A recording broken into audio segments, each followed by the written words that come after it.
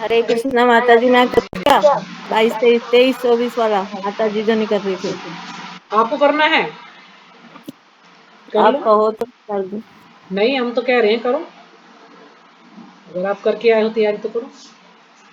तैयारी तो नहीं, वो नहीं कर रही तो मैंने कहा मैं ही कर देती हूँ। हाँ जी, ठीक है करो। पहले प्रार्थना करो माता जी, ठीक है? कौन सा है? प्रार्थना प्रार्थना करनी पहले। प्रार्थना, हाँ। भगवद गीता में ना शुरू में ही प्रार्थना दी हुई थी। प्रार्थना करो, उसके बाद फिर ये करो श्लोक। ओम अज्ञानतिमिरन्ध्रस्य ज्ञानशलाकया चक्षुरुन्मीलितं येन तस्मै श्रीगुरुवे नमः। श्रीचैतन्यमनोभीष्टं स्थापितं येन भूतले स्वं रूपं कदा मह्यं ददाति स्वपदान्तिकम्। वन्दे अहं श्रीगुरु श्रीआयुष्पदकमलं श्रीगुरून् वैष्णवांश्च श्रीरूपं साग्रजातं सहगण रघुनाथ अविंतं तं सञ्जीवं साद्वैतं सावधूतं परिजनसहितं कृष्ण चैतन्य देवं श्री राधा कृष्ण पादान सहगण ललिता श्री विशाखा अविंतांश्च हे कृष्ण करुणा सिंधु दीनबंधु जगतपते गोपेश गोपीकांत राधाकांत नमस्ते ते तप्तकांचन गौरांगी राधे वृंदावनेश्वरी वरस्य भानुसुते देवी प्रणमामि हरिप्रिये वाञ्छाकल्पतरुभ्यश्च कृपा सिन्धुभ्य एव च पतितानां पावनेभ्यो वैष्णवेभ्यो नमो नमः। श्री कृष्ण चैतन्य प्रभु नित्यानंद श्री अद्वैत गदाधर श्रीवासदि गौर भक्त वृंद। हरे कृष्ण कृष्ण कृष्ण हरे हरे, हरे राम राम राम हरे हरे। हरे कृष्णा माता जी। सभी माता जी को सादर प्रणाम। 9 का अध्याय है ना, 23 और 24। हाँ जी, 23 और 24।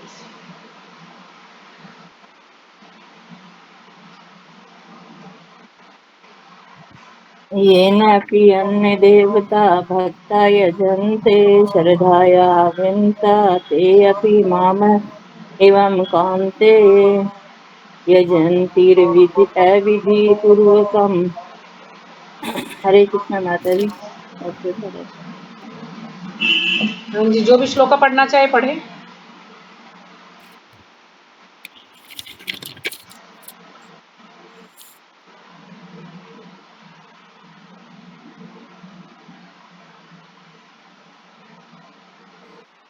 हरे कृष्णा माता जी। सादर प्रणाम सभी। हाँ जी, प्रणाम माता जी करिए।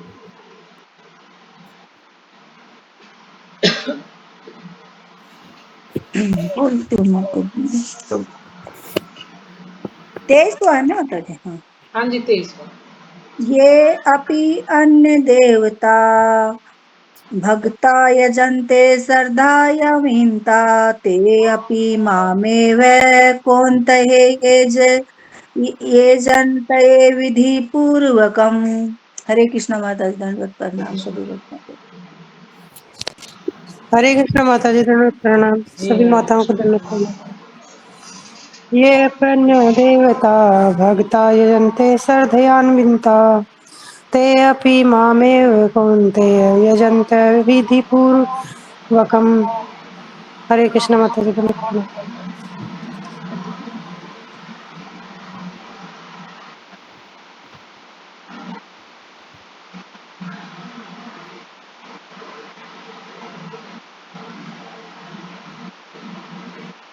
और कोई पढ़ेगा? हो गया सबका? ठीक है माता जी, आप शुरू कीजिए, कोई और नहीं पढ़ रहा था। ये जो अति भी अन्य दूसरे देवताओं के भक्तगण यजन्ते पूजते हैं श्रद्धा पूर्वक, ते वे अपि भी मां मुझको एव केवलम कौन्ते हे कुंती पुत्र यजन्ती पूजा करते हैं अविधि पूर्वक त्रुटिपूर्ण ढंग से। हरे कृष्णा माता जी, बस मैंने कल पढ़ा नहीं है, आप थोड़ा देख लेना, गलती वलती हो तो। हाँ हाँ कोई नहीं, आप पढ़िए। इस हे कुंती पुत्र, जो लोग अन्य देवताओं के भक्त हैं और उनकी श्रद्धा पूर्वक पूजा करते हैं, वास्तव में वे भी मेरी ही पूजा करते हैं, किंतु वे यह त्रुटिपूर्ण ढंग से करते हैं। इसमें भगवान कह रहे हैं कि हे कुंती पुत्र, ये जो अन्य देवताओं के भक्त हैं, श्रद्धा पूर्वक उनकी उपासना करते हैं, वे भी मुझे ही पूजते हैं, मेरी ही पूजा करते हैं। उनकी पूजा मेरे पास ही आती है, किंतु उनका तरीका गलत है। क्योंकि ये माता जी ने बताया था कि ये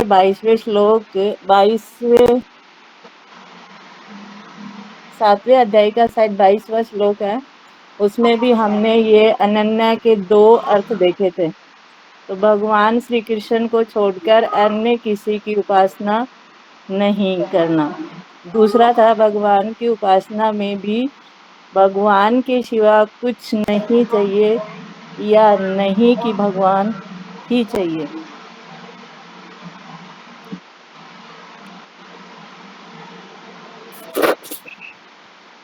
तात्पर्य प्रभु जी द्वारा श्री कृष्ण का कथन है, जो लोग अन्य देवताओं की पूजा में लगे होते हैं, वे अधिक बुद्धिमान नहीं होते। यद्यपि ऐसी पूजा अप्रत्यक्ष मेरी ही पूजा है। उदाहरणतः जब कोई मनुष्य वृक्ष की जड़ों में पानी डालकर उसकी पत्तियों तथा टहनियों में डालता है, तो वह ऐसा इसलिए करता है क्योंकि उसे पर्याप्त ज्ञान नहीं होता। यह नियमों का ठीक से पालन नहीं करता। इसमें कहा गया है कि जो मनुष्य जड़ में पानी नहीं डालकर पेड़ पौधों की पत्तियों में डालता है और वह पानी जड़ तक तो पहुंचता ही नहीं है, तो वो पेड़ जो है सूख जाता है, यानी उसका पतन हो जाता है। ठीक उसी तरह से ही भगवान ने बताया है कि अगर हम भी उसी प्रकार से शरीर के विभिन्न अंगों की सेवा करने का अर्थ है कि अमावस्या में भोजन की पूर्ति करना। इसी तरह विभिन्न देवता भगवान की सरकार के विभिन्न अधिकारी तथा निर्देशक हैं। मनुष्य के अधिकारी या निर्देशकों द्वारा नहीं, अपितु सरकार द्वारा निर्मित नियमों का पालन करना होता है। भगवान ने कहा है कि अगर हम अपने पेट को भोजन नहीं देंगे और हाथ पांव या उंगलियों वगैरह को भोजन देंगे, तो हमारी प्रगति नहीं होगी, यानी हम जीवित नहीं रह पाएंगे। मनुष्य को अधिकारियों या निर्देशकों द्वारा नहीं, अपितु सरकार के द्वारा निर्मित नियमों का पालन करना चाहिए। ठीक उसी तरह सरकार के बारे में बताया गया है कि अगर उसका निर्देशक को कोई नहीं पूछेगा और अधिकारियों के द्वारा काम कराएगा, तो वो सरकार नहीं चल पाएगी। इसी प्रकार एक को परमेश्वर की ही पूजा करनी होती है। इससे भगवान के सारे अधिकारी तथा निर्देशक संवत प्रसन्न होंगे। अधिकारी तथा निर्देशक को सरकार के प्रतिनिधि होते हैं और अतः उन्हें घूस देना अवैध है। यहाँ पर इसी की अविधि पूर्वक कहा गया है। इसके अंदर ये बता रहे हैं कि अगर हम किसी को अपने इष्ट या देवता के नियमों को धारण करते हैं और इन देवताओं की कृपा से हमें सब कुछ मिल जाए, ऐसा समझकर नित्य निरंतर हम उनकी पूजा में लगे रहते हैं, तो यह हमारा क्या सही रहेगा? यानी वो सही नहीं होगा, क्योंकि हमें अगर देवताओं की भी पूजा करनी है तो उसका केंद्र बिंदु भगवान कृष्ण को मानकर उनका सेवक समझकर पूजा करेंगे, तो वो काम हमारा सही दिशा में जाएगा। हरे कृष्णा माता जी, हाँ जी, हरे कृष्ण। बस इतना ही आ रहा है मेरे को।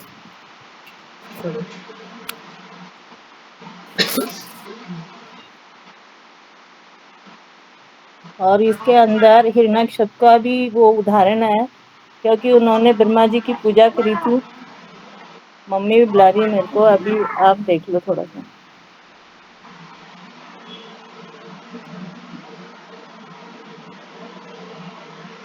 हरे कृष्णा माता जी, आप कर दो। वो उनकी सास थोड़ी दिमाग सही नहीं है ना, अच्छा तो वो गई वो।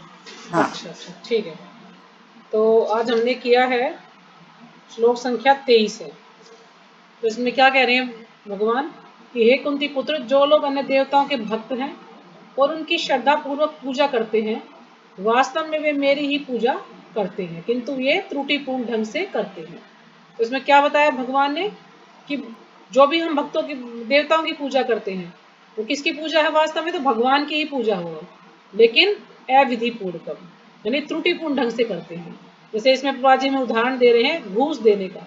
अब मान लीजिए हमें किसी से कोई कार्य कराना है, हमें मतलब प्रधानमंत्री से कोई कार्य है, तो हम बीच में इतने सारे और मंत्री हैं उनसे मिलते हैं, फिर हम ये भी सोचते हैं कि चलो अगर ये हमारा काम कर दे तो क्यों ना हम कुछ पैसा इनको दे दें ताकि हमारा काम जल्दी कर देंगे, तो ऐसे भी सोचते हैं ना। तो ये देवता भी उसी तरह से बताएगा कि हम डायरेक्ट भगवान की पूजा ना करके हमें क्या है कि हम प्रत्यक्ष रूप से भगवान की पूजा करनी चाहिए, और अप्रत्यक्षता देव बताया कि नहीं देवताओं की पूजा करते हैं। क्यों? क्योंकि सबको शॉर्टकट चाहिए कि भाई जल्दी से हम, जैसे हम कहीं पे मान लीजिए हम कहीं दर्शन करने भी जाते हैं मंदिर में, तो हम सोचते हैं ना भाई इतनी लंबी लाइन में कौन खड़ा होगा, हमारे पास समय नहीं है, तो हम इधर उधर देखते हैं कि सिफारिश मिल जाए कहीं से, तो किसी को हम कह सुन के आगे कि हम आगे चले जाएं, या जैसे बड़े बड़े जो जैसे माले वैष्णो देवी चले जाएं, तो वहां पर किसी को हम कुछ पैसे देकर सोचते हैं भी जल्दी नंबर आ जाएगा हमारा। तो ऐसे जो देवी देवता हैं वो भी इसी प्रकार से हैं। हम सोचते हैं कि भगवान की पूजा तो करते नहीं है, लेकिन देवी देवताओं की पूजा करेंगे। ज्यादातर सब लोग किसकी पूजा करते हैं, देवी की या शिव जी की, कि इनकी पूजा करेंगे तो ये जल्दी प्रसन्न हो जाएंगे और हमारी जो भी इच्छा है वो पूरी हो जाएगी। तो ये अगर देवी देवताओं की पूजा करते हैं हम भगवान को छोड़कर, तो ये एक किस्म से घूस देने के बराबर ही। जैसे हम किसी को रिश्वत देकर अपना कार्य कराते हैं, तो देवता को रिश्वत देकर कार्य कराते हैं। तो देवता क्या है, देवता कहते हैं कि हमें ये सुख सुविधाएं दे सकते हैं देवता, लेकिन हमें मुक्ति नहीं दे सकते हैं। और देवता क्या करते हैं कि अपनी तरफ से कुछ नहीं दे सकते हैं, जो भगवान ने उनको जो अधिकार दिए हैं, शक्तियां दी हैं, उसी के अनुसार वो हमें कुछ दे सकते हैं। जैसे कि मान लीजिए वो क्या करते हैं कि जो हमारे बुरे कर्म हैं उनको चेंज कर देते हैं। बुरे कर्म का फल मान लीजिए हमें अभी मिलना है, तो देवता लोग क्या करते हैं, प्रसन्न हो जाते हैं, तो अच्छे कर्म का फल पहले मिल जाता है और जो बुरे कर्म का फल है वो हमें बाद में मिलता है। ऐसे चेंज कर देते हैं, फल हमें जरूर भोगना पड़ता है लेकिन थोड़ा सा उसमें बदलाव हो जाता है। तो ये यहीं पर यही है कि हमें क्या है, शॉर्टकट चाहिए, इसलिए हम घूस देकर अपना कार्य जल्दी से करवाना चाहते हैं। तो इसलिए हमें शॉर्टकट नहीं लेना चाहिए, हमें जो है सीधे तरीके से भगवान की ही भक्ति करनी चाहिए, क्योंकि मिलता तो सब कुछ भगवान को ही है जो भी हम देवताओं की पूजा करेंगे, लेकिन वो त्रुटिपूर्ण ढंग से। भगवान कह रहे अविधि पूर्वकम, यानी वो विधि नहीं है। सही विधि क्या है कि हम भगवान को ही भजे, भगवान की ही भक्ति करें, डायरेक्ट भगवान से ही भक्ति करें। अगर कुछ मांगना भी है तो हम भगवान से ही मांगे।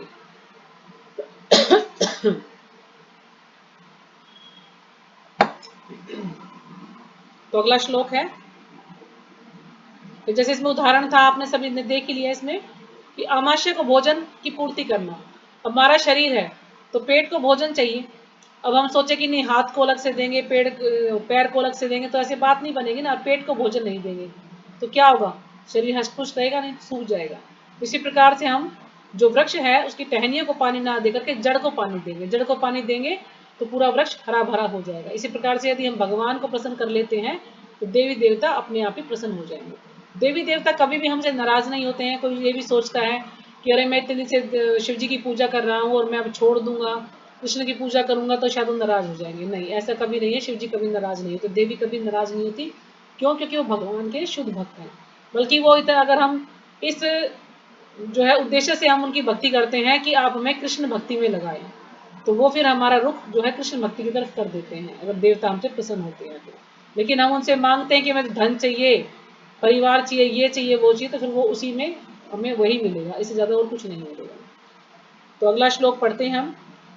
अहम ही सर्व यज्ञानां भोक्ता च प्रभुरेव च न तु माम अभिजानन्ति तत्वेनातश्चैवन्ति ते। जो भी श्लोक आप पढ़ना चाहिए पढ़ सकता है। हरे कृष्ण माता जी, सादर प्रणाम सभी भक्तों को। श्रीमद् भगवत गीता यथारूप अध्याय 9 श्लोक संख्या 14। ऐम ही सर्व यज्ञानां भोक्ता च प्रभु एव च न तु मामभिजानन्ति तत्त्वेन नात् सचैवन्ति ते। हरे कृष्ण माता जी, दंडवत प्रणाम सभी माताओं को दंडवत पढ़िए। प्रणाम। अहम ही सर्वयज्ञानां भोक्ता च प्रभुरेव च न तु मां बीजानन्ति तत्त्वेन निश्चयन्ति ते। हरे कृष्ण माता जी, दंडवत प्रणाम। हरे कृष्णा माता जी, दंडवत प्रणाम सभी के चरणों में दंडवत प्रणाम। अध्याय संख्या 9 परम गुह्य ज्ञान श्लोक संख्या 24।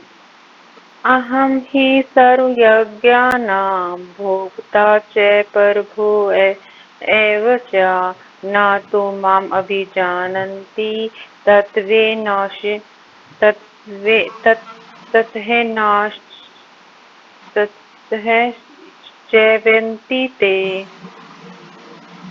अभिजानन्ति तत्त्वेन तो शब्द अर्थ है ना माता जी, इनमें चैवन्ति। से पढ़ लिया अगर इनमें पढ़ना आसान होता है। तत्वेनः अतः चैवन्ति ते, ये जो शब्द अर्थ रखे ना इससे पढ़ा करो, इससे आसान होगा पढ़ना। क्योंकि कई बार जय श्लोक माता दी। मुश्किल होते हैं ना तो हरे बोल नहीं कृष्णा पाते माता जी, हैं। धन्यवाद। जी हरे कृष्ण। हरे कृष्णा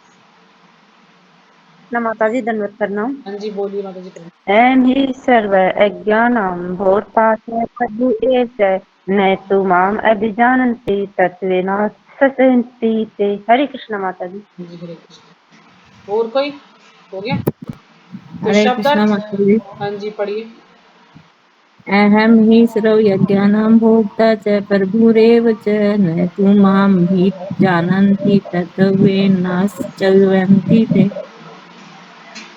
शब्दार्थ, अहम मैं ही निश्चित रूप से सर्व समस्त यज्ञानाम यज्ञों का भोक्ता भोग करने वाला, चय तथा प्रभु स्वामी एव भी, चय तथा न नहीं तू लेकिन, मां मुझको, अभी जानंती जानते हैं, तत्वेनः वास्तव में, अतः अतएव, चयवंती चयवंती नीचे गिरते हैं, ते वे। मैं ही समस्त यज्ञों का एकमात्र भोक्ता था स्वामी हूँ। तो भगवान यहाँ पर बता रहे हैं कि मैं ही जितने भी हम यज्ञ करते हैं, है ना, कोई भी यज्ञ हम करें किसी भी, तो हम कोई भी यज्ञ करते हैं तो किस लिए करते हैं? भगवान को प्रसन्न करने, विष्णु को प्रसन्न करने के लिए। तो विष्णु कौन है? तो भगवान का ही विस्तार है। यानी हम जो भी यज्ञ करते हैं वो सब भगवान ही को उसका जो है, भगवान ही उसके स्वामी है। क्योंकि भगवान का एक नाम यज्ञ भी है, भगवान का एक नाम यज्ञ भी है। तो इसलिए जो भी यज्ञ करते हैं सबके स्वामी कौन है? सबके भोक्ता भर्ता कौन है? भगवान श्री विष्णु है। अतः जो लोग मेरे वास्तविक दिव्य स्वभाव को नहीं पहचान पाते वो नीचे गिर जाते हैं। तो भगवान कह रहे हैं कि जो मेरे वास्तविक स्वभाव को नहीं जानते, यानी जो भगवान को अच्छी तरह से नहीं जान पाते हैं, तो क्या होता है? वो लोग नीचे गिर जाते हैं। तो तात्पर्य शुक्रवार जी के द्वारा, शुक्रवार जी की जय। यहाँ पर यह स्पष्ट कहा गया है कि वैदिक साहित्य में अनेक प्रकार के यज्ञ अनुष्ठानों का आदेश है। अब कितने सारे यज्ञ होते हैं, है ना। कोई मान लीजिए हम जो दीक्षा लेते हैं तो उस समय भी यज्ञ होता है। कोई बच्चे का नामकरण संस्कार होता है तो भी घर में यज्ञ करवाया जाता है, हवन कराया जाता है। या शादी वगैरह होता है तो उसमें भी यज्ञ होता है। तो इतने अनेक प्रकार के यज्ञ होते हैं और सबका लक्ष्य, सबका उद्देश्य क्या होता है? भगवान को प्रसन्न करना, विष्णु को प्रसन्न करना। इसलिए भगवान ही जो है सबके भोक्ता है। किंतु वस्तुतः ये वे सब भगवान को ही प्रसन्न करने के निमित्त हैं। यज्ञ का अर्थ है विष्णु। तो यज्ञ का अर्थ क्या है? विष्णु। भगवद गीता के 3 अध्याय में स्पष्ट कथन है कि मनुष्य को चाहिए कि यज्ञ या विष्णु को प्रसन्न करने के लिए कर्म करे। जो 3 अध्याय हमने पढ़ा था तो उसमें भी यज्ञ के बारे में, देवताओं के बारे में कई श्लोक आए थे। तो उसमें क्या था? उसमें यही बता रखा था कि हमें यज्ञ किस लिए करना है? यज्ञ या विष्णु को प्रसन्न करने के लिए कर्म करें। हम विष्णु को प्रसन्न करने के लिए कर्म करना है हमें, और कोई किसी को प्रसन्न नहीं करना, सिर्फ विष्णु को ही प्रसन्न करना है। मानवीय सभ्यता का समग्र रूप वर्णाश्रम धर्म है और ये विशेष रूप से विष्णु को प्रसन्न करने के लिए है। अब मानवीय सभ्यता, जो मनुष्य है उन सबका क्या कार्य है? जो मानवीय सभ्यता है कि समग्र रूप से वर्णाश्रम धर्म यानी पूरी तरह से वर्णाश्रम धर्म है, उसको अपनाना है, हमें वर्णाश्रम धर्म का पालन करना है। और ये विशेष रूप से विष्णु को प्रसन्न करने के लिए है। तो जो भी वर्णाश्रम धर्म का पालन करता है वो किस लिए है? ताकि भगवान हमसे प्रसन्न हो जाए। तो वर्णाश्रम धर्म में हमारे कितने वर्ण हैं? 4 वर्ण हैं और 4 आश्रम हैं। तो ब्राह्मण, क्षत्रिय, वैश्य, शूद्र, ये 4 वर्ण हैं। और आश्रम है ब्रह्मचर्य, गृहस्थ, वानप्रस्थ और संन्यास, ये 4 हमारे आश्रम हैं। तो इसका हमें पालन करना चाहिए। किसके लिए पालन करते हैं हम? भगवान को प्रसन्न करने के लिए। इसलिए इस श्लोक में कृष्ण कहते हैं कि मैं समस्त यज्ञों का भोक्ता हूं, क्योंकि मैं परम प्रभु हूं। तो भगवान स्वयं बोलते हैं भगवद गीता में, इस श्लोक में ही भगवान बोल रहे हैं। जैसे हमने अनुवाद पढ़ा तो उसमें भगवान बोल रहे हैं कि मैं ही समस्त यज्ञों का एकमात्र भोक्ता था, स्वामी हूं। किंतु अल्पज्ञ इस तथ्य से अवगत न होने के कारण क्षणिक लाभ के देवता को पूजते हैं। लेकिन जो अल्पज्ञ है, यानी जो कम बुद्धि वाले लोग हैं, वो समझ ही नहीं पाते भगवान को, और वो क्या सोचते हैं कि भाई देवता है सब कुछ, थोड़ा सा लाभ प्राप्त करने के लिए वो देवताओं की भक्ति करने लगते हैं। अतः वे इस संसार में आ गिरते हैं और उन्हें जीवन का लक्ष्य प्राप्त नहीं हो पाता। तो जब देवताओं की भक्ति करते हैं तो क्या होगा? हम जो जिस देवता की भक्ति करेंगे तो हम देवताओं के पास चले जाएंगे। जैसे अब अगला श्लोक है उसमें पढ़ेंगे हम, तो क्या होगा कि जैसे हमारा समय पूरा होगा हम फिर से इस पृथ्वीलोक में फेंक दिए जाएंगे। हम जो है भगवान के पास नहीं जा पाएंगे। देवताओं की भक्ति करेंगे तो देवताओं के पास ही जाते हैं। यदि किसी को अपनी भौतिक इच्छा की पूर्ति करनी हो तो अच्छा यही होगा कि वह इसके लिए परमेश्वर से प्रार्थना करे। यदि कोई अपनी कोई भौतिक इच्छा है, उसकी कोई आवश्यकता है उसको, या कोई इच्छा उसको पूरा करना है, कुछ धन चाहिए या कुछ और चाहिए, तो उससे अच्छा क्या होगा कि हम परमेश्वर से ही प्रार्थना करें। हम इधर उधर देवी देवताओं से प्रार्थना ना करें। अगर बच्चे को कुछ चाहिए तो क्या करे? वो पड़ोसियों से ना मांगे ना, कि पड़ोसी से मांगने चला जाए, पिता से ना मांगे। तो अच्छा यही होगा कि अगर बच्चे को कोई आवश्यकता है तो अपने पिता से मांगे, ना कि पड़ोसियों से मांगे। इसी प्रकार से भगवान यहाँ पर यही कह रहे हैं प्रभाज्य में कि यदि हमें कोई भौतिक लाभ की इच्छा भी है तो हमें परमेश्वर से ही प्रार्थना करनी चाहिए, भगवान से इसको मानना चाहिए। जब यद्यपि यह शुद्ध भक्ति नहीं है, अगर हम भगवान से कुछ मांगते हैं तो ये शुद्ध भक्ति नहीं होगी, लेकिन फिर भी हम देवी देवता के पास ना जाकर के भगवान से ही मांगे जो कुछ चाहिए, और इस प्रकार उसे वांछित फल प्राप्त हो सकेगा। तो इस प्रकार से अगर हम भगवान से प्रार्थना करते हैं तो भगवान अवश्य ही हमारी इच्छा पूरी करेंगे। तो अब अगला श्लोक उसमें बताया गया कि जब हम जिसकी पूजा करते हैं तो हम उसके लोक में ही जाते हैं। तो श्लोक संख्या है 25। यान्ति देवीव्रता देवान् पितृयान्ति पितृव्रताः भूतानि यान्ति भूतेजा यान्ति मध्याजिनोऽपि माम्। तो पढ़िए जो भी श्लोक पढ़ना चाहे। हरे कृष्णा माता जी, स्वागत है। जी हरे कृष्ण। यान्ति देवर्ता देवान् पितृयान्ति पितृव्रता भूतानि यान्ति भूतेजय यान्ति मध्याजिनो अयो अपि माम्। हरे कृष्णा माता जी नमः प्रणाम। श्लोक संख्या 25। यान्ति देवता देवान् पितृयान्ति पितृव्रतः भूतानि यान्ति भूतेजा यान्ति मध्यजेनो अपि माम्। हरे कृष्ण माता जी नमः प्रणाम। हरे कृष्ण माता जी, सादर प्रणाम सभी भक्तों को। यान्ति देवता देवान् पितॄन् यान्ति पितृवता भूतानि यान्ति भूतेजया यान्ति मदाजिनो अपि माम्। हरे कृष्ण माता जी। हरे कृष्ण माता जी नमः प्रणाम। सभी माताओं को नमः प्रणाम।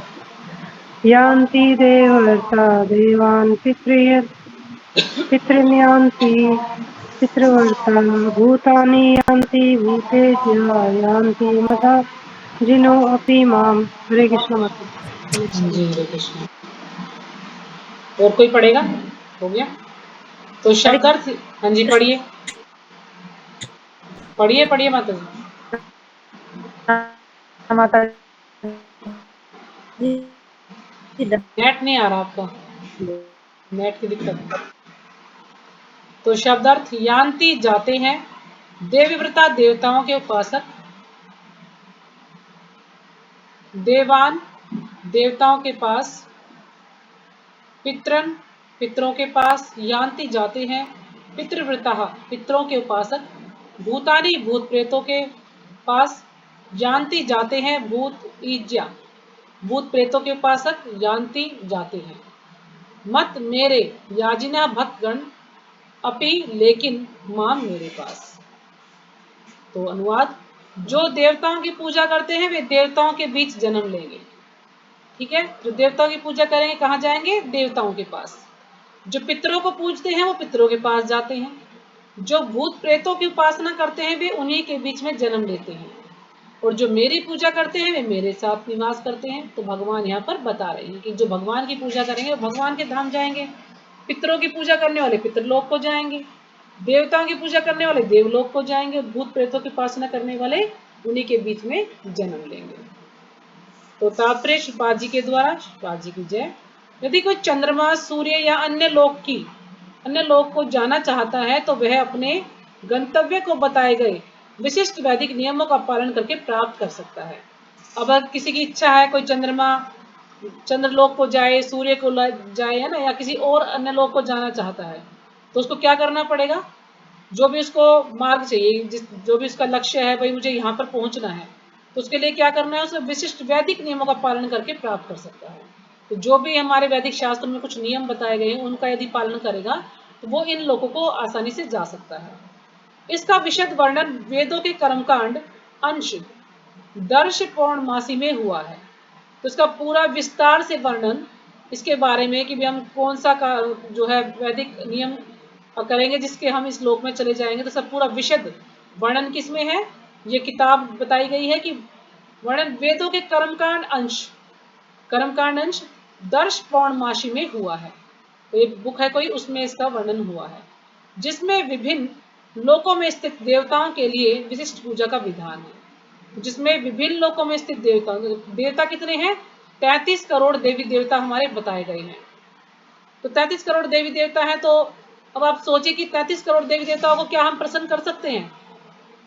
हमें तो नाम भी नहीं पता होगा कौन कौन से देवता हैं, लेकिन शास्त्रों में बताया कि 33 करोड़ देवी देवता हैं। और ये बताया कि यदि कोई गाय की पूजा कर लेता है, गाय की सेवा करेगा, तो 33 करोड़ देवी देवता गाय में ही जो है होते हैं, उनका फल उसको वैसे ही मिल जाएगा। इसलिए तो कहते हैं ना, जब हम वाले किसी का श्राद्ध निकालते हैं और कोई प्रसाद नहीं पाने वाला होता, कोई ब्राह्मण नहीं होता, तो यदि हम गाय को भी खिलाते हैं तो भी हमारे जो पूर्वज हैं उनको वो पिंडदान मिल जाता है, अगर हम गाय को भी खिला देते हैं तो। क्योंकि गाय में कहा कि 33 करोड़ देवी देवता वास करते हैं।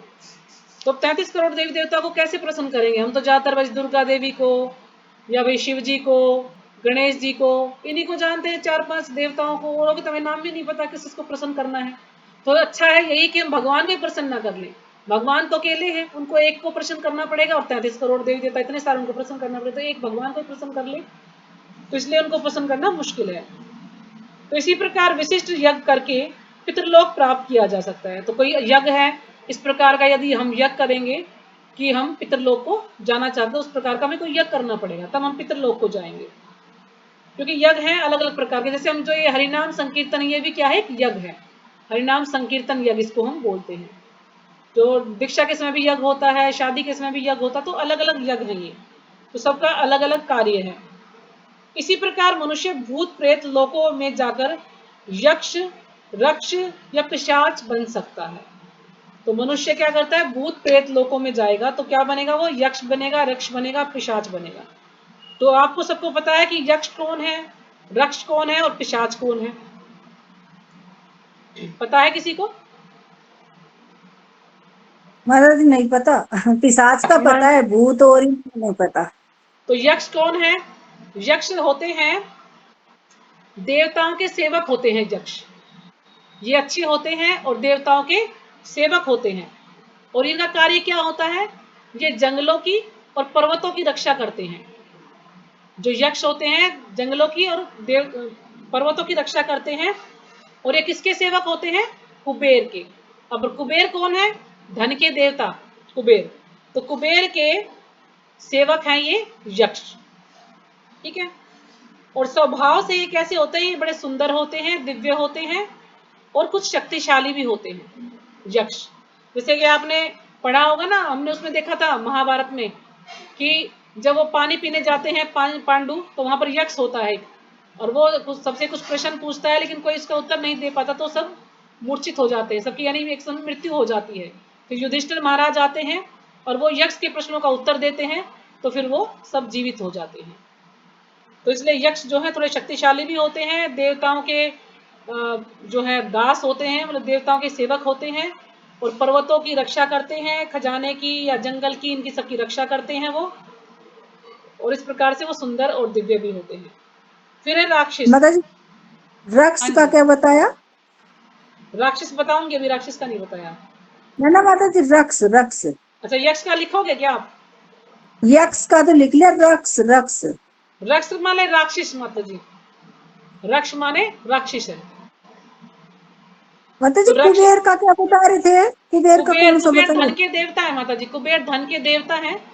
और जो हाँ वो यक्ष तो है वे बताया। कुबेर के दास होते हैं, यानी कुबेर के सेवक होते हैं जो यक्ष होते हैं। तो यक्ष का कार्य क्या होता है कि धन की, जंगल की और पर्वतों की रक्षा करते हैं यक्ष। ये दिखने में बड़े सुंदर होते हैं और दिव्य होते हैं, और कुछ शक्तियां भी इनके पास, शक्तिशाली भी होते हैं ये। उसके बाद है रक्ष। रक्ष का मतलब है राक्षस। तो राक्षस क्या है, स्वभाव से ही राक्षस कैसे होते हैं, क्रूर होते हैं, बड़े मांसाहारी होते हैं और अधर्मी होते हैं। जैसे कि हमने रामायण और महाभारत में देखे ना, बहुत सारे राक्षस देखे हैं। वो क्या करते थे, जब भी ऋषि मुनि तपस्या करते तो उनको उसमें विघ्न डालते थे, उनको परेशान करते थे। जैसे कि पूतना थी, रावण था, कंस था, और इतने सारे राक्षस उसने भेजे थे कंस ने कृष्ण को मारने के लिए। तो कितने सारे राक्षस थे। तो ये सब कैसे होते हैं, राक्षस बड़े अधर्मी होते हैं, मांसाहारी होते हैं, मांस खाते हैं और बड़े क्रूर होते हैं, यानी इनके अंदर दया नहीं होती है बिल्कुल भी। और ये क्या करते हैं, जो तपस्वी लोग तपस्या करते हैं उनको तंग करते हैं ये। और ये इनका शरीर कैसा होता है, बड़ा भयानक होता है, बड़े काले रंग के होते हैं, बड़े लंबे होते हैं इनकी हाइट, और इनकी आंखें बिल्कुल लाल लाल होती हैं, बड़े क्रूर होते हैं, मतलब देखने भी कोई उनको देख ले तो देख मतलब डर जाएगा वो देखते के साथ ही, इतने अजीबोगरीब होते हैं ये। और जैसे कि इसमें कौन कौन थे, हम जैसे मैंने नाम गिरा, रावण था, कुंभकर्ण था, है ना, पूतना थी, कंस था, इस प्रकार से कुछ राक्षस थे जो मेन मान थे। अब है भूत। अब भूत कौन होता है, भूत होता है जो मृत व्यक्ति है उसकी आत्मा क्या है, भूत होती है।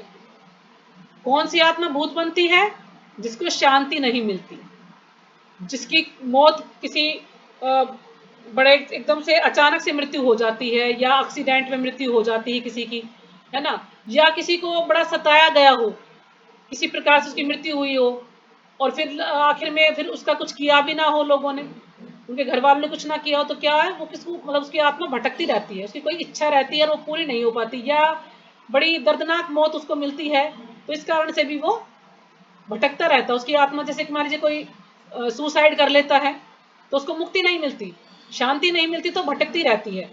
तो ऐसी जो आत्माएं हैं वो भूत बनती हैं, है ना, जिसकी मान लीजिए अचानक मृत्यु हो जाए, या किसी की इच्छा पूर्ण रह जाए, या कोई बिना संस्कार के मरे, यानी किसी का कोई संस्कार ना किया जाए, तो हरे ये कृष्ण लोग क्या माता जी, करते हैं। हाँ जी, कल वो बता रहे थे कौन से प्रभु जी हैं वो, ये मुकुंद प्रभु जी, मैंने वैसे खोला तो वो आ गई वीडियो, तब मैंने सुना, वीडियो क्या वो भागवतम कर रहे हैं शायद कहीं पे अच्छा, इंदौर में। तब इंदौर मैंने, में। हाँ, हाँ तब मैंने थोड़ी सी सुनी थी, तब बता रहे थे भूत के बारे में।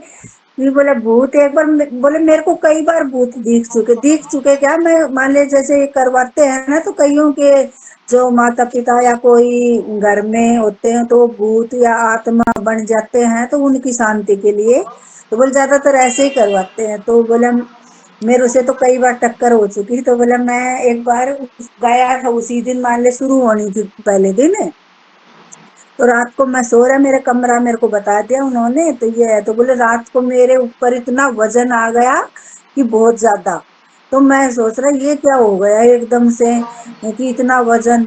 और फिर बोला मैं नरसिंह आरती गाने लगा, नरसिंह कवच और हरे कृष्ण महामंत्र, तब मेरा शरीर बिल्कुल फिर हल्का हो गया। तब फिर सुबह मैं बोला कि भाई तुम्हारे यहाँ कुछ है क्या, कि ऐसे ऐसे मेरे साथ बोला, हाँ ओहो मेरे तो मान ले हमारे पिताजी की तो बस आत्मा को शांति मिल गई, बोली मेरी आत्मा को शांति करवा देते आप लोग। तो बोला नहीं, हमारे पिताजी जो भूत बन रखे हैं उनकी आत्मा भटक रही थी, तो इसीलिए तो हमने बुलाया था ये करवाने के लिए। अच्छा अच्छा। तब चलो आपके कदम पड़ते ही आप शुद्ध भगत हो कि मुक्ति मिल गई उनको। तब बोला मुक्ति तो आज मेरे को मिल जाती। तब बता रहे थे कि भाई हमारे इस संसार में जब हमारी जनसंख्या है ना, उसके 4 गुना भूत प्रेत है। हाँ जी, इतने होंगे भूत बिल्कुल। प्रेत हम्म, कल ही बता रहे थे वो प्रभु हाँ जी। हाँ हाँ और एक बिल्कुल। भूत की भी कहानी बताई थी, लेकिन आप चलो कर लेट हो रखे हैं। हाँ जी, बस ये श्लोक पूरा कर लेते हैं, फिर हम आपकी सबकी स्टोरियां सुनेंगे। मैं भी बताऊंगी कुछ, आप भी बताना, ठीक है। तो भूत क्या करते हैं, यानी कौन बनता है भूत? किसी की अचानक मृत्यु हो जाए, या किसी की इच्छाएं अधूरी रह जाएं, या किसी का कोई संस्कार ना किया जाए, तो ऐसे लोग जो हैं भूत बनते हैं। और ये क्या करते हैं, लोगों को डराते हैं और किसी के शरीर में दूसरे के शरीर में प्रवेश करने की कोशिश करते हैं। क्यों? क्योंकि वो उनका कोई इच्छा है या कोई उनको भूख प्यास लगती है, तो फिर वो क्या करेंगे, उन्हें शरीर तो होता नहीं है, तो किसी के शरीर में घुसने की कोशिश करते हैं वो। इसलिए कहते हैं ना कि फलाने में भाई भूत आ गया, तो इस प्रकार से वो घुसने का कोशिश करते हैं। और वो क्या करते हैं, वो सब भूत बुरे नहीं होते, कुछ भटके हुए थे। अब ये भी नहीं है कि माता जी सारे आवाज भूत नहीं ही आ रही, बुरे मुझे होते नहीं हैं। आ रही है, किसी को भी नहीं आ रही, मेरी आवाज नहीं आ ब्रेक रही? हो रही अरे है। माता जी, पूनम माता जी आ रही है, पूनम माता जी आपकी अनम्यूट है, तो माता नेट जी की की दिक्कत होगी ब्रेक हो माता रही जी। है। आ रही है जो माता जो है भूत है आ बुरे रही है नहीं माता होते, जी। सभी भूत, कुछ भूत अच्छे भी होते हैं और कुछ बुरे भी होते हैं। फिर है प्रेत। प्रेत प्रेत कौन होते हैं? प्रेत होते हैं, ये भी भूत की ही तरह होते हैं, पर ज्यादा कष्ट में रहते हैं। जो प्रेत हैं वो भी भूत की तरह ही होते हैं, लेकिन वो और ज्यादा कष्टदायक होते हैं, बड़े कष्ट में रहते हैं, भूतों से भी ज्यादा कष्ट में रहते हैं वो क्या करते हैं, कौन बनते हैं वे प्रेत? जिनका अंतिम संस्कार ना किया गया हो, उनके घर वालों ने उनके लिए कोई दान पुण्य, कोई अंतिम संस्कार, कुछ भी उनकी कोई भी विधि ना की गई हो, तो ऐसे व्यक्ति प्रेत बनते हैं फिर। और प्रेत योनि बताई गई है कि बहुत ही दुखदाई होती है प्रेत योनि, भूत से भी ज्यादा दुखदाई है। तो क्या करते हैं, ये जीवित लोगों को परेशान करते हैं, और जब तक इनका श्राद्ध या तर्पण ना किया जाए, जब तक इनकी मुक्ति के लिए कोई कार्य ना किया जाए, तो ये और लोगों को परेशान करते रहते हैं। कुछ लोग घर में बोलते हैं ना कि मेरे को मेरा पिताजी हमेशा दिखता रहता है, ऐसा लगता है जैसे यहाँ पे बैठा हुआ है ना। कोई भी उनके घर में मर जाता तो उनको दिखता है। वो किस कारण से दिखता है कि उसकी शांति नहीं हुई, उसके अच्छे से संस्कार नहीं किया गया, उसको मुक्ति नहीं मिली, तो फिर वो उनको बार बार दिखता है। और फिर वो घर में कुछ ना कुछ परेशान भी करता है, कलह भी उत्पन्न करता है, कुछ ना कुछ नुकसान भी करता है, अगर उसका अच्छे से कार्य ना किया जाए तो। उसके बाद है पिशाच। पिशाच जो है सबसे खतरनाक है। पिशाच इसमें बताया कि पिशाच जो है सबसे खतरनाक है और गंदी आत्माएं मानी जाती हैं। जो बिल्कुल तमोगुणी व्यक्ति होते हैं, मांस मदिरा का सेवन करते हैं, ऐसे लोगों की मृत्यु होती है तो वो पिशाच योनि में जाते हैं। तो क्या करते हैं वो, तमोगुणी है, रात्रि में सक्रिय, मांस और शराब आदि का सेवन करते हैं ऐसे लोग। ये लोगों के शरीर में प्रवेश करके रोग, पागलपन और पीड़ा देते हैं। अगर किसी के शरीर में प्रवेश कर जाए तो उस व्यक्ति को पागल कर देंगे, बिल्कुल उसको ज्यादा से ज्यादा कष्ट देंगे। ये पिशाच होते हैं इस प्रकार से। और इनसे बचने के लिए हमें क्या करना पड़ता है, विशेष तंत्र मंत्र की पूजा करनी पड़ती है। जैसे लोग फिर क्या करते हैं, कोई तंत्र मंत्र करते हैं या किसी तांत्रिक के पास जाते हैं, भाई हमें कोई परेशान कर रहा है, आप कुछ उपाय कीजिए। लेकिन जो तांत्रिक होते हैं कुछ अच्छे होते हैं जो सही से कार्य करते हैं, कुछ ऐसे भी होते हैं अगर ना भी कुछ हो तो उल्टा हमारे अंदर घुसा देते हैं। वो ऐसा कुछ करेंगे कि उल्टा वो हमें भी इफेक्ट करेगा और ज्यादा हमें परेशान करेगा। तो तांत्रिक भी सभी अच्छे नहीं होते हैं। तो इस प्रकार से 5 तरह के चीजें होती हैं जिनका अलग अलग कार्य है सबका। तो फिर इसमें आगे बता रहे हैं प्रभा जी की पिशाच पूजा को काला जादू कहते हैं। और कुछ लोग काला जादू की करते हैं ना, किसी भी शैतान की पूजा करते हैं, ये सब पिशाच के लिए होता है, पिशाच योनि या कुछ ऐसे जो है लोगों को परेशान करते हैं। तो बड़े तंत्र मंत्र का खेल है सारा ये। तो अनेक लोग इस काले जादू का अभ्यास करते हैं और सोचते हैं कि यह अध्यात्म है, किंतु ऐसे कार्यकलाप नितांत भौतिकतावादी है। कुछ लोग ऐसा कार्य करते हैं और सोचते हैं कि ये क्या है, ये आध्यात्मिक है, लेकिन ये बिल्कुल भी आध्यात्मिक नहीं है, ये भौतिकतावादी है। जैसे कि हमने उसमें ये जो प्रपात लीलामृत का प्रपात जी की फिल्म थी, जो हमने उसमें देखा था ना, जो भक्ति विनोद ठाकुर को ललकारा था एक क्या नाम था उनका, जो एक तांत्रिक था, कि मैं तुम्हें भस्म कर दूंगा। और जब भक्ति विनोद ठाकुर ने वहां पर जाकर क्या किया, उसको सुधारने के लिए वहां पर भागवतम पढ़ना स्टार्ट किया। जब भागवतम पढ़ना शुरू कर दिया वहां पर, तो क्या हुआ कि जो उन्होंने वो भूत भेजा था भक्ति विनोद ठाकुर को मारने के लिए ही, तो भक्ति विनोद ठाकुर को ना मार करके वो उल्टा उसी को, तांत्रिक को ही मार देता है वो, यानी उसी की विद्या उसी को पर असर करती है। तो ये ऐसे होते तांत्रिक। तो तांत्रिक विद्या के बल पर वो क्या भगवान बन गया था, कहता मैं भगवान हूं, मैं भगवान हूं, मेरी पूजा करो। अब गांव वाले बेचारे अनपढ़ सिंपल किसान लोग, वो उसको भगवान समझने लगे, उसकी भक्ति करने लगे, उसकी पूजा करने लगे। लेकिन भक्ति विनोद ठाकुर ने जो है उसके जो नकाब उसने पहना था उसको उतारा, उसको सबको बताया कि ये वास्तव में भगवान नहीं है, ये एक तांत्रिक है जो कि आप लोगों को धोखा दे रहा है। और फिर वो सबको जब समझ में आया बाद में। तो इस प्रकार से होते हैं तांत्रिक। इसी तरह शुद्ध भक्त केवल भगवान की पूजा करके निसंदेह बैकुंठ लोक या कृष्ण लोक की प्राप्ति करता है। लेकिन जो शुद्ध भक्त है वो क्या करता है, वो इन चक्रों में नहीं पड़ता, वो सिर्फ भगवान की भक्ति करता है और बैकुंठ लोक में या भगवान के लोक में ही वो जाता है। इस श्लोक के माध्यम से यह समझना सुगम है कि जब देवताओं की पूजा करके कोई स्वर्ग प्राप्त कर सकता है, तो फिर शुद्ध भक्त कृष्ण या विष्णु के लोक को क्यों नहीं प्राप्त कर सकता। अब कुछ लोग कहते हैं भाई, मतलब इसको समझना बड़ा आसान है कि जब हम देवताओं की पूजा करके देवलोक को जा सकते हैं, तो हम कृष्ण की पूजा करके कृष्ण लोक को क्यों नहीं जा सकते। कृष्ण लोक को जा सकते हैं ना जब कृष्ण की पूजा करेंगे तो दुर्भाग्यवश अनेक लोगों को कृष्ण तथा विष्णु के दिव्य लोकों की सूचना नहीं है। लेकिन कुछ लोग ऐसे हैं, अल्पबुद्धि हैं, जिनको भगवान के लोक की कोई भी सूचना नहीं है। उनको पता ही नहीं कि भगवान कृष्ण सबसे बड़े भगवान हैं और वही जो है गोलोक वृंदावन में रहते हैं, उन लोगों को नहीं पता। ज्यादातर लोग शिव जी और देवी की पूजा में ही लगे रहते हैं, कृष्ण की पूजा बहुत कम लोग करते हैं। अतः न जानने के कारण नीचे गिर जाते हैं। तो जब भगवान को अच्छे से नहीं समझ पाते तो वो उनका पतन हो जाता है, वो नीचे गिर जाते हैं। यहाँ तक कि निर्विशेषवादी भी ब्रह्म ज्योति से नीचे गिरते हैं, है ना। निर्विशेषवादी क्या सोचते हैं कि जो ब्रह्म ज्योति है बस यही है सब कुछ, हम इसमें विलीन हो जाएंगे तो भगवान बन जाएंगे। लेकिन जैसे उनका समय पूरा होता है वो भी पृथ्वी लोक में वापस आ जाते हैं। इसलिए कृष्ण भावामृत आंदोलन इस दिव्य सूचना को समूचे मानव समाज में वितरित करता है, न कि केवल हरे कृष्ण मंत्र के जाप से ही मनुष्य सिद्ध हो सकता है और भगवत धाम को जा सकता है। अब कोई आपसे पूछे कि कृष्ण भावामृत आंदोलन क्या कर रहा है। कृष्ण भावामृत आंदोलन इस दिव्य सूचना को समूचे मानव समाज में वितरित करता है। तो क्या करता है, वो जो दिव्य सूचना है पूरे समाज में वितरित करता है। और इससे क्या होगा कि हरे कृष्ण महामंत्र का जो जाप है इससे मनुष्य सिद्ध हो सकता है और भगवान के धाम जा सकता है। तो ये कार्य कौन कर रहा है, कृष्ण भावामृत ये कार्य कर रहा है, ताकि सब लोगों को कृष्ण के बारे में समझा पाए, प्रचार कर पाए और सब जो है भगवान के धाम जा पाए। इसलिए जो कृष्ण भावना आंदोलन है वो सब लोगों की आध्यात्मिक मृत्यु से रक्षा कर रहा है, कि किसी की भी मृत्यु ना हो। मृत्यु यानी उसको बार बार जन्म मृत्यु के चक्र में ना पड़ना पड़े, वो सीधा भगवान के धाम जाए, उसकी मुक्ति हो जाए। तो ये कार्य कर रहा है कृष्ण भावामृत आंदोलन। तो हरे कृष्णा, यहीं पे हम विराम करते हैं, टाइम भी हो गया है। और यदि अभी किसी को कुछ पूछना है या कुछ सुनाना है, कोई स्टोरी, तो सुना सकते हैं।